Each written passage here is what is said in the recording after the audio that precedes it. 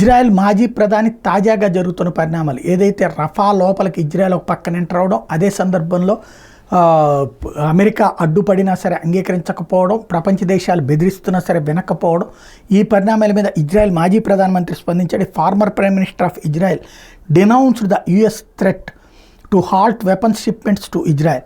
In an interview with CNN on May 9th, Natalie Bennett called the US threat deeply misguided. The Biden administration is trying to deter Israel from launching a full-scale invasion of Rafah.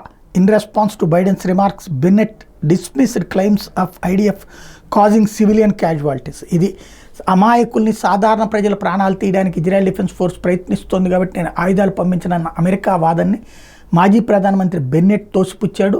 అక్కడ సామాన్యుల కోసం ఎప్పుడూ Israel attack చేయదు, చేసే తీవ్రవాదుల కోసమే. తీవ్రవాదులు ఆ సందర్భంలో అమాయకులను ఎవరైనా అడ్డు పెట్టుకుని వాళ్లే చంపుతారు తప్పించి మేంగా అయితే ఎవరిని చంపం. కానీ ఇప్పుడు అనవసరంగా అమెరికా ఆ షిప్మెంట్ ఆపేయాలనుకోవడం అన్నటువంటిది ప్రమాదకరం అని చెప్తున్నారు ఆయన.